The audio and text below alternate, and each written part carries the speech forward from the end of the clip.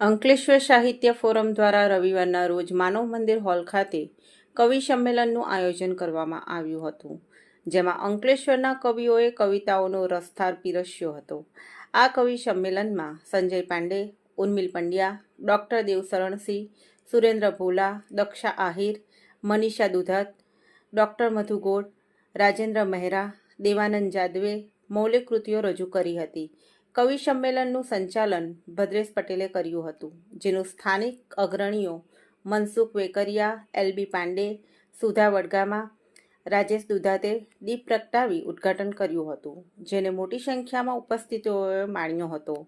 અંકલેશ્વર સાહિત્ય ફોરમ દ્વારા પ્રથમવાર એક મંચ ઉપર હિન્દી તેમજ ગુજરાતી ભાષાના કવિઓને રજૂ કર્યા હતા, જેમાં કવિઓએ મૌલિક કવિતાઓ થકી ઉપસ્થિત શ્રોતાઓને મંત્રમુગ્ધ કર્યા હતા.